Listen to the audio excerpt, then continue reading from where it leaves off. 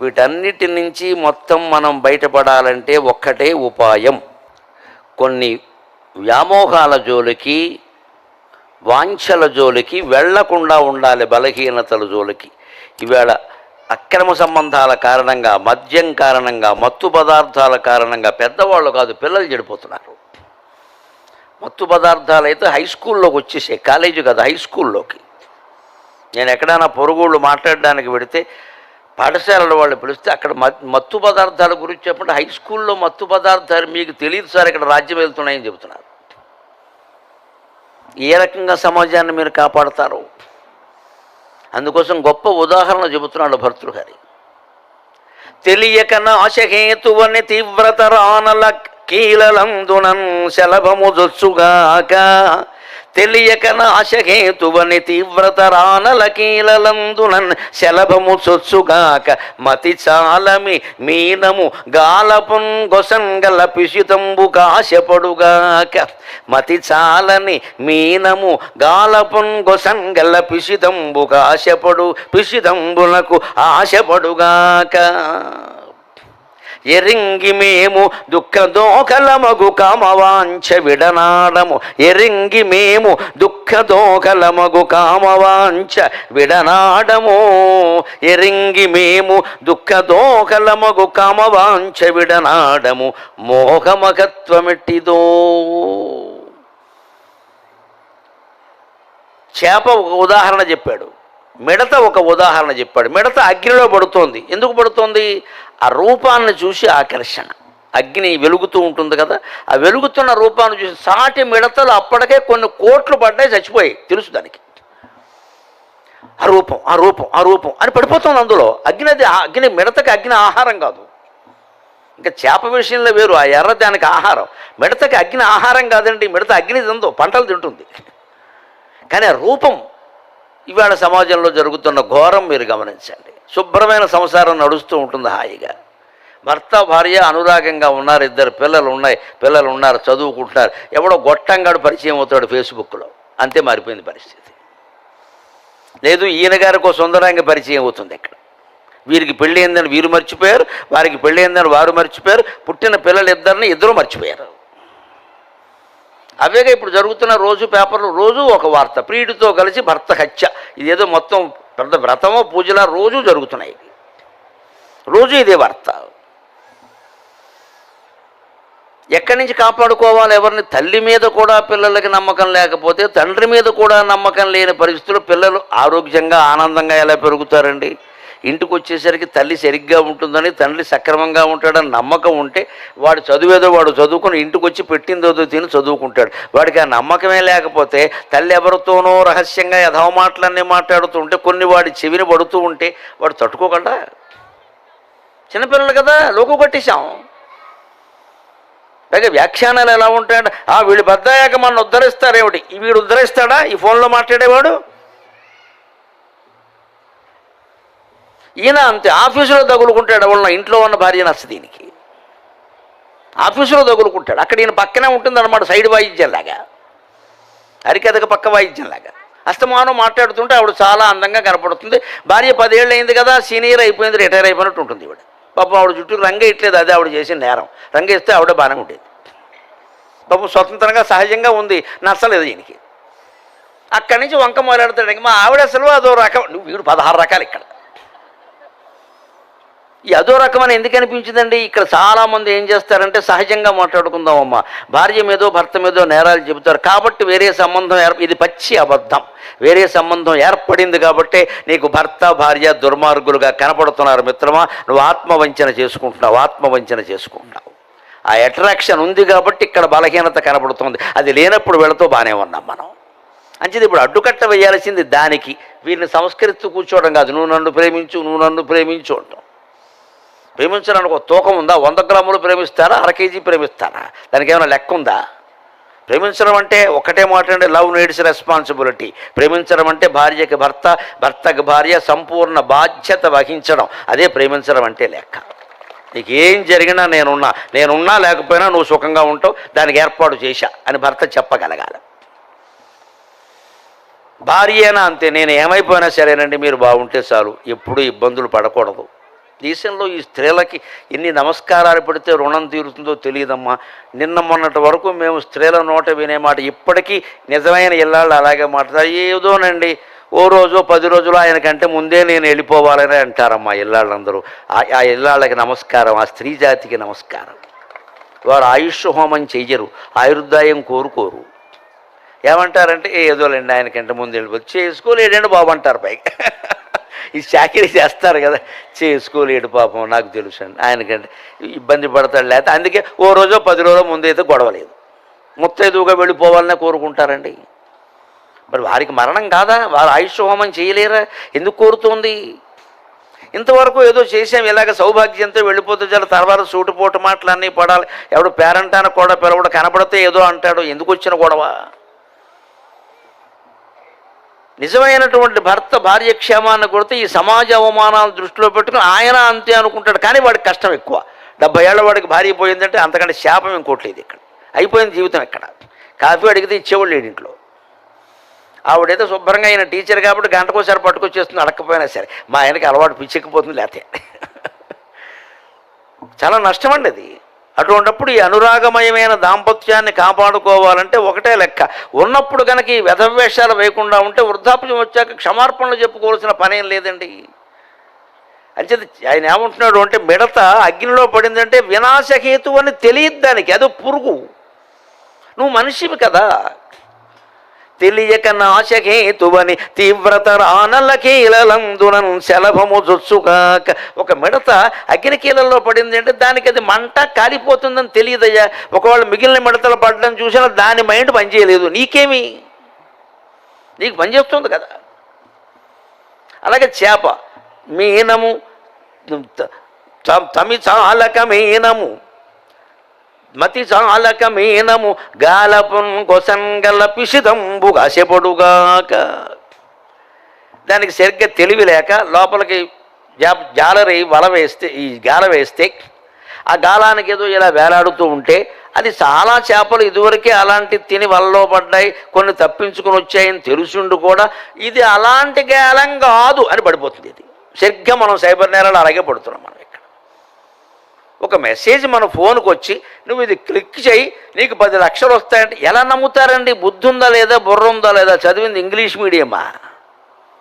అందులో ఇవేం చెప్పలేదా ఎక్కడ? వాడు ఎందుకు ఇస్తాడండి మనకి 10 లక్షలు అసలు? పైగా ఇందులో వడ్డీ ఎక్కువ అనగానే పెట్టుబడి పెట్టేస్తాం. వడ్డీ ఎక్కువ ఉన్నవాడు ఏం చేస్తాడు? ముందు 4 నెలల పాటు వడ్డీ ఇచ్చేస్తాడు. ఎందుకు ఇస్తున్నాడు? నువ్వు పెట్టిన అసలే నీకు నెల నెల వడ్డీ కింద ఇస్తున్నాడు. అమ్మా నీ తెలివికి నమస్కారం. తర్వాత మొత్తం బోర్డు తిప్పేస్తాడు. నువ్వు ఎంత పెట్టావు? 10 లక్షలు పెట్టావు, నీకు వడ్డీ ఇస్తా అన్నాడు, 5% అన్నాడు. మనం ఏమనుకుంటా రోకంలో రూపాయి వడ్డీ కూడా రావట్లేదు, బ్యాంకులో ₹10 వడ్డీ, వీడు 5% ఇస్తానంటున్నాడు. అయ్యి బాబోయ్ నెలకి 50,000 వచ్చేస్తా, ఇంకేముంది 60,000 వచ్చేస్తా ఆయన ఇచ్చేసాం వాడికి. వాడు ఏం చేస్తాడు? ఈ 10 లక్షల్లో 5 లక్షలు అయిపోయే వరకు 10 నెలల పాటు 50,000 నీ ఇంటికి పట్టుకొచ్చి 2 తమలపాకులు కొసలు నీ వేపు పెట్టి ముచ్చిక వాడు వేపు పెట్టుకుని 2 అరటిపళ్ళు పెట్టి ఇస్తాడు. వాడు ఇంత నాటకం ఆడతాడు. అవసరమైతే పురోహితులు తీసుకొస్తాడు, మా ఇంటి మొత్తైదు వండి తాంబూలం అని. దానికి ఆయనకి ఎంత ప్రేమో, నిజంగా నాకు తమ్ముడు లేరు, నువ్వే తమ్ముడు అమ్మ. తర్వాత ఈ తమ్ముడే మొత్తం నాశనం చేస్తాడమ్మా. ఒక 5-6 నెలలు ఇవ్వగానే అప్పుడు వేరే కాగితాలు పట్టుకొస్తాడు. ఏమంటాడు? నీకు అన్ని వడ్డీ, ఇప్పుడు ₹1,00,00,000 పెడితే ఎంత వస్తుందో మీరు ఆలోచించాడు. అప్పుడు మొదలవుతుంది దురద. 10 లక్షలు సరిగ్గా ఎక్కడి నుంచి ఇచ్చాడు? ఈ 10 లక్షలు మన సొమ్మే మనకి ఇచ్చాడు. నెలకి 50,000 చొప్పున నీకు 10 నెలల్లో పట్టుకొచ్చి ఇస్తే ఎంత? 5 లక్షలు కూడా ఇవ్వలేదు, ఇంకా 5 లక్షలు వాడి దగ్గరే ఉన్నాయి. ఇప్పుడు నేను ఏమంటున్నాడు? ₹1,00,00,000 పెట్టమంటున్నాడు. బుర్ర ఉండొద్దా అసలు? ముందు అలాంటి వాడిని ఏమడగాలని, ఈ డబ్బు మీరు ఏం చేస్తారండి అనగాలి. అంతే, వాడు వెళ్ళిపోతాడు. ఆయనకు ఓ ప్రశ్న వేయండి, చెప్పమనండి. ఏదో చెప్తాడు అక్కడ. ఇవన్నీ నమ్మాల్సిన పని లేదు ఇక్కడ. కాగితాలు కూడా నమ్మొద్దు, సంతకాలు కూడా నమ్మొద్దు, స్టాంపులు కూడా నమ్మొద్దు. అన్నీ పుట్టిస్తున్నారు. ఆర్టిఫిషియల్ ఇంటెలిజెన్స్ వచ్చాక గరికపాటి నరసింహరావు అవసరం లేదమ్మా, ఓ బొమ్మ వచ్చి ఇక్కడ మాట్లాడుతాం. అన్నీ వస్తున్నాయి ఇక్కడికి. మనం నమ్మేస్తామంతే. ఆయనే చెప్పారనుకుంటారు. మాకు కూడా ప్రమాదం ఉంది ఇక్కడ. మేము మాట్లాడిన మాటలన్నీ బొమ్మల చేత మాట్లాడిస్తారు. ఆయనే చెప్పారని మీరు అనుకుంటారు. అవన్నీ రాబోతు కృత్రిమ యుగం రాబోతుంది. జీవితం కృత్రిమం అయిపోతుంది ఇక్కడ. ఉద్యోగాలు పోవడం కాదు, పరువులు పోతాయి, జీవితాలు పోతాయి. అందుకని చేప ఆ గాలాన్ని చూసి ఈ గాలం అలాంటిది కాదు, ఈ ఎర అలాంటిది కాదని పడిందంటే దానికి మైండ్ సరిగ్గా పనిచేయలేదు. కానీ ఎరింగి మేము మనుషులం కదా, మనం చదువుకున్నాం కదా, శాస్త్రాలు చదివాం కదా, ఇంగ్లీష్ చదివాం, తెలుగు చదివాం, 3 శ్లోకాలు పద్యాలు పెద్దవాళ్ళు చెబుతుంటే విన్నాం, పురాణ కథలన్నీ విన్నాం, మోసపోయిన కథలన్నీ విన్నాం, సత్యనారాయణ వ్రతంలో 5 కథలు విన్నాం, అబద్ధం ఆడితే ఎలా జరిగిందో నిజమైతే ఎలా జరిగిందో అన్నీ విన్నాం. అన్నీ విని మనం ఎలా పడుతున్నామండి? దుఃఖదో కలమగు కామవాంఛ విడనాడము. 20 ఏళ్ల వాళ్ళ 25 ఏళ్ల వాళ్ళ 40 ఏళ్ల వాళ్ళకి ఏమి రోగం అండి? ఆడైనా మొగైనా. అప్పటికే 2 పిల్లలు ఉన్నారు కదా, మనకి 40 ఏళ్ళు దాటే కదా, పిల్లలకి అప్పుడే 15 ఏళ్ళు 16 ఏళ్ళు వచ్చాయి కదా. వాళ్ళ కళ్ళ ముందు మన ప్రవర్తన ఎలా ఉండాలి? రేపొద్దున వాళ్ళ కాపురాలు బాగుండాలా వద్దా? మనకు అప్పుడు ఎవడో కనపడతాడా, ఎవరితో కనపడుతుందా? మనం వేషాలు వేస్తాం ఇక్కడ. దీనికోసం సంసారాలు పాడు చేసుకోవడమా? మోహమహత్వమెట్టిదో అది దేన్ని చూడనివ్వదండి. అందుకే శంకరాచార్య చెబుతారు దానికి ఒక మాట, ఒక జంతువు ఏదైనా ఒక ఇంద్రియ వ్యామోహానికే తన జీవితాన్ని పోగొట్టుకుంటుందయ్యా. 5 ఇంద్రియాల వ్యామోహాలకు లోనవుతున్నావు, నువ్వేమిటో ఆలోచించమన్నాడు ఆయన. శబ్దాదిభి పంచభిరేవ పంచ శబ్దాదిభి పంచభిరేవ పంచ పంచత్వమాపు స్వగుణేన బద్ధాక కురంగమాతంగ పతంగ భృంగ మీనాక కురంగమాతంగ పతంగ భృంగ మీనాక నర పంచభిరంచితక్యం. ఆయన శైలి ఎంత బాగుంటుందో, మహాకవి మహాపండితుడు శంకరాచార్య అంటే. ఆ శైలి మరొకడికి రాదండి అసలు. ఏం శబ్దాలు! కురంగ మాతంగ పతంగ భృంగ అన్ని బిందుపూర్వక గకారాలే వెతికాడు ఖచ్చితంగా. తోచిన పదం వాడాల, రైమింగ్. పద్యం ఒకసారి చదివితే నోటుకు వచ్చేయాలంతే. కురంగం ఏనుగు, అది స్పర్శ వ్యామోహం. ఆడ ఏనుగుని చూస్తే పిచ్చెక్కిపోతుంది దానికి కాస్త 10 గజాల దూరంలో ఆడ ఏనుగులు పడతారు, మధ్యలో పెద్ద గొయ్యి తవ్వుతారు. దానికోసం ఇది పరిగెడుతుంది, గోతులో పడుతుంది. ఇదివరకు ఎన్నో ఏనుగులు పడ్డాయి, తను కూడా ఇదివరకు ఒకసారి పడింది, అయినా మళ్ళీ పడుతుంది. దానికి కానీ బలహీనత ఒక్కటే, స్పర్శ అనే బలహీనత ఒక్కటే ఉంది. లేడి, దానికి శబ్ద వ్యామోహం. వేణునాదం వినపడితే లేడి ఆగలేదు. అందుకని వేటగాడు వేణువు వాయిస్తాడు. అందుకే వేణువుని కనిపెట్టింది కూడా వేటగాళ్లే. అది వెదురుగొట్టమే కదా, ఎవరు కనిపెడతారు? వేటగాళ్లే కనిపెడతారు. అరణ్యంలో వెదురుగొట్టల నుంచి అలా చిల్లులు అనుకోకుండా పురుగులు కొట్టేస్తే చిల్లులు వస్తే ఆ గాలి వెళ్ళి అలా వస్తూ ఉంటే ఓహో ఇది మధురనాదం చేస్తోంది అని వేటగాళ్లే వేణువును కనిపెట్టారు. శ్రీకృష్ణుని వేణువును కూడా వేటగాళ్లే కనిపెట్టారమా. ఆ గిరిజనుడికి నమస్కారం, ఆ గిరిజనుడికి నమస్కారం. మొట్టమొదటి వేణువు కనిపెట్టింది గిరిజనుడే, పట్టణం వాడు కాదు, పండితుడు కాదు. ధ్వని ఎక్కడ వస్తుంది అక్కడ. ఆ వేణువు వాయిస్తే లేడికి ఇష్టం. ఆ వేటగాడు వాయిస్తూ ఉంటే ఎక్కడి నుంచో వస్తుందని వెళ్ళిపోతుంది. వాడు ఇది వింటూ ఉండగా ఇంకోటి చేత వేయించేస్తాడు దీన్ని. శబ్ద వ్యామోహం. మిడత రూప వ్యామోహం, ఇలాగే ఇందాక చెప్పుకున్నట్టే. చేప రుచి వ్యామోహం, ఎరకి పడిపోతుంది.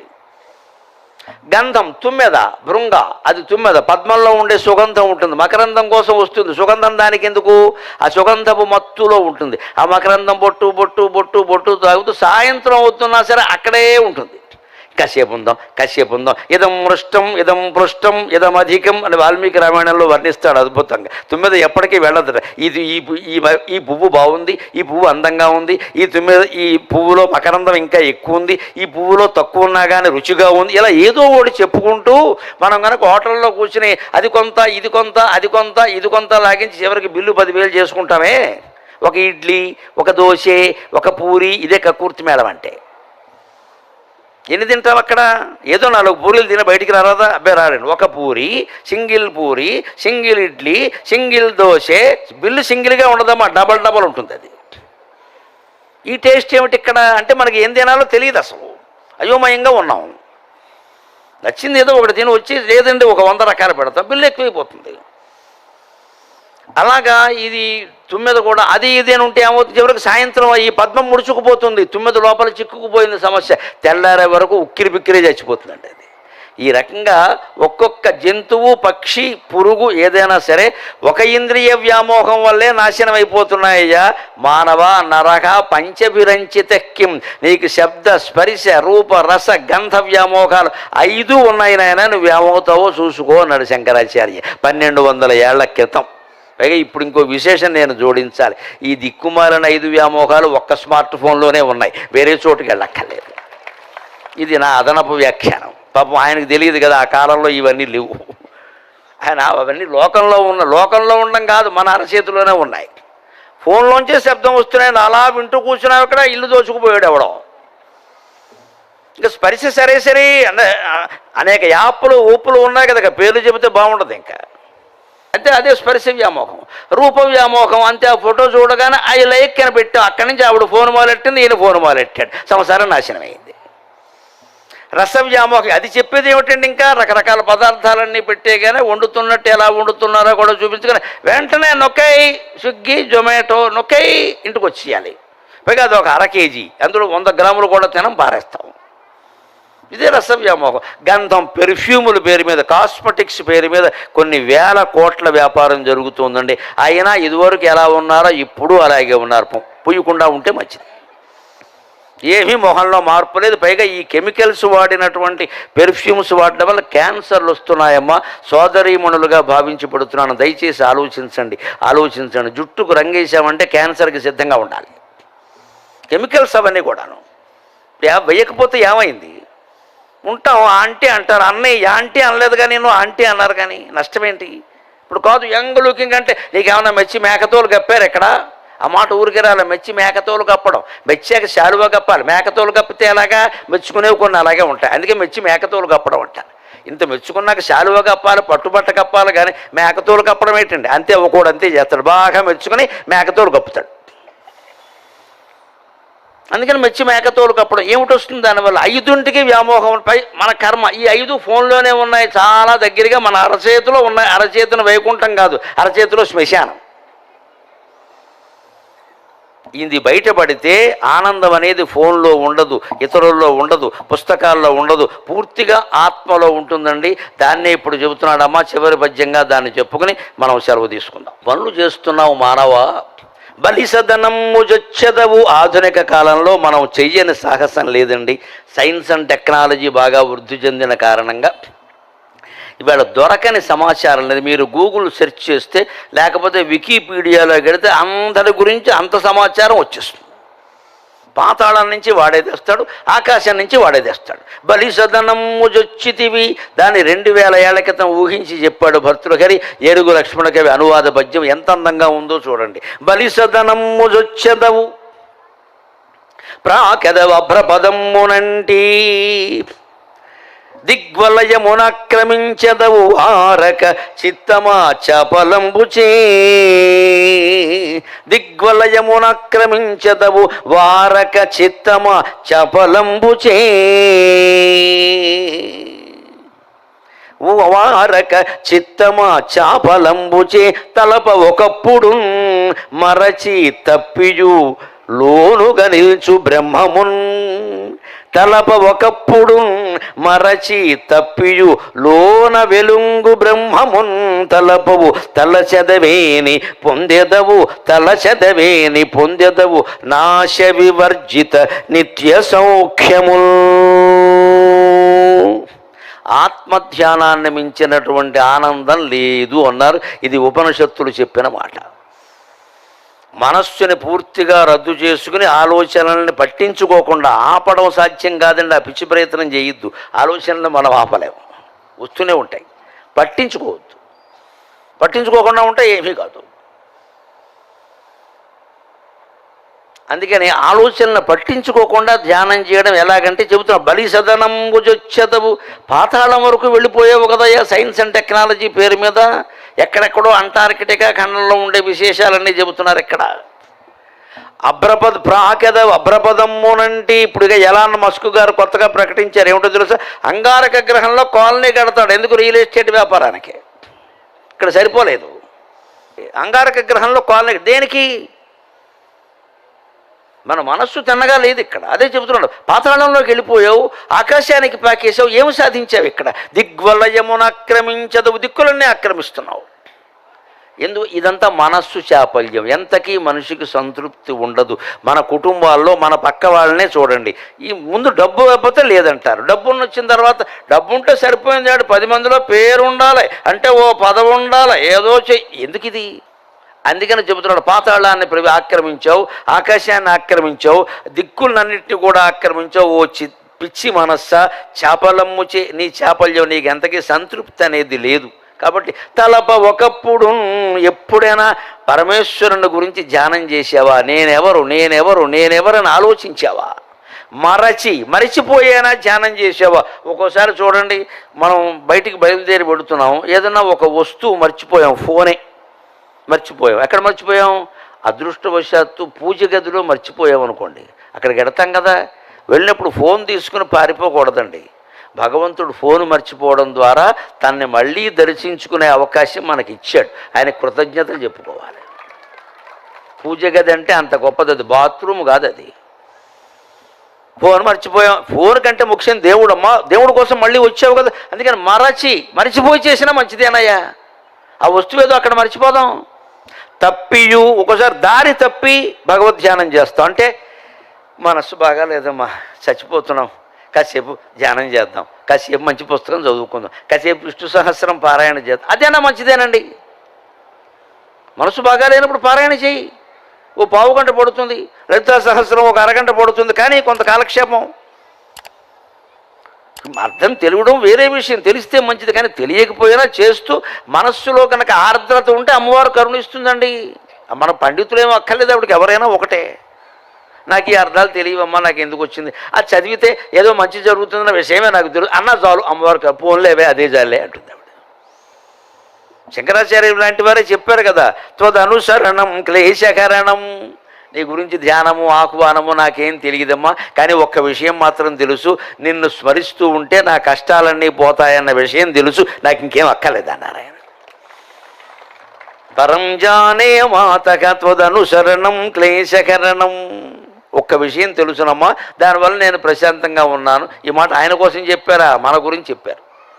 నిన్ను అనుసరిస్తే ఏ కష్టాలు. అనుసరించడం అంటే దేవుడు బొమ్మ ముందు పెట్టి నడవమని మనం నడవదు కదా. నిరంతరం స్మరించడం. నమో శివాయ, నమో నారాయణాయ, శ్రీమాత్రే నమః, ఏదో ఒక నామం మనస్సులో స్మరిస్తే మనం భగవంతుడిని అనుసరించినట్టే లెక్క.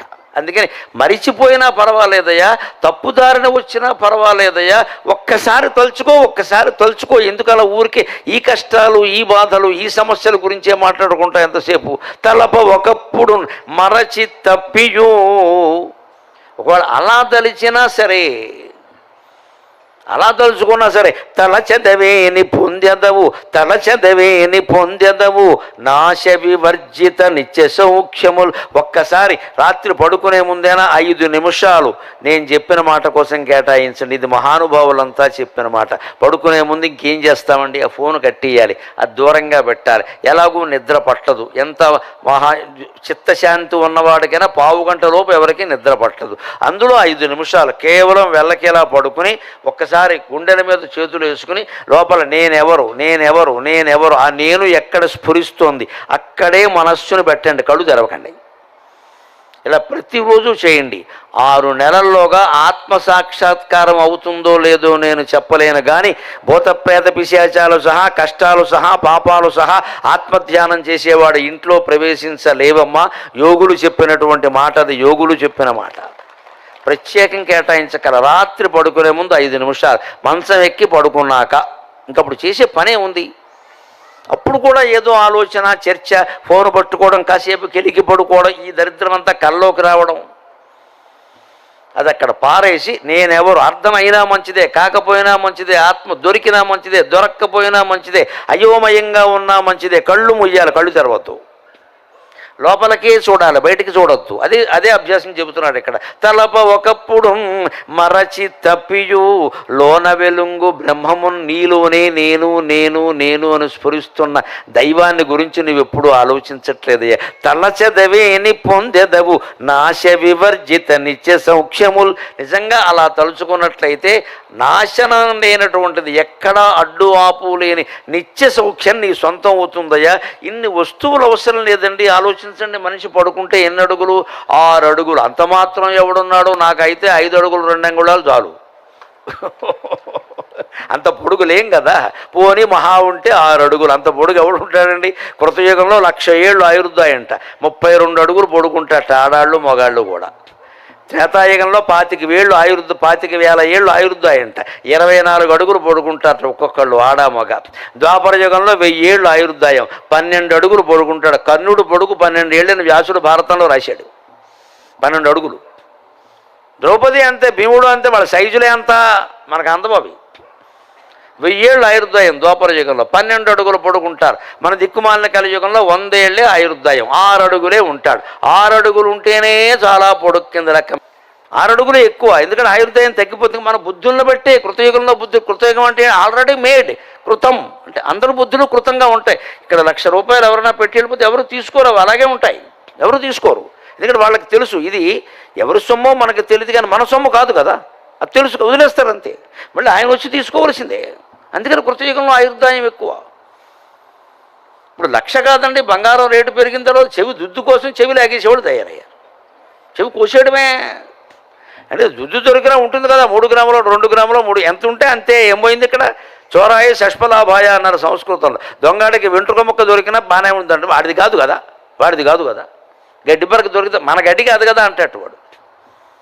అటువంటి ప్రపంచంలో ఉన్నాం ఇవాళ. అందుకని ఈ యుగంలో ఇంతే. ఈ 100 ఏళ్ళు కూడా భారమై 60 ఏళ్ళు కాదమ్మా ఇవాళ. చాలా దుఃఖకరమైన వార్త. 40 ఏళ్ల లోపు వాళ్ళకి గుండెపోట్లు వస్తున్నాయి, క్యాన్సర్లు వస్తున్నాయి. ఎంత భయంకరమైన సమాజంలో ఉన్నాం మనం. దానికి అంతటికీ విరుగుడు భగవన్నామ స్మరణ.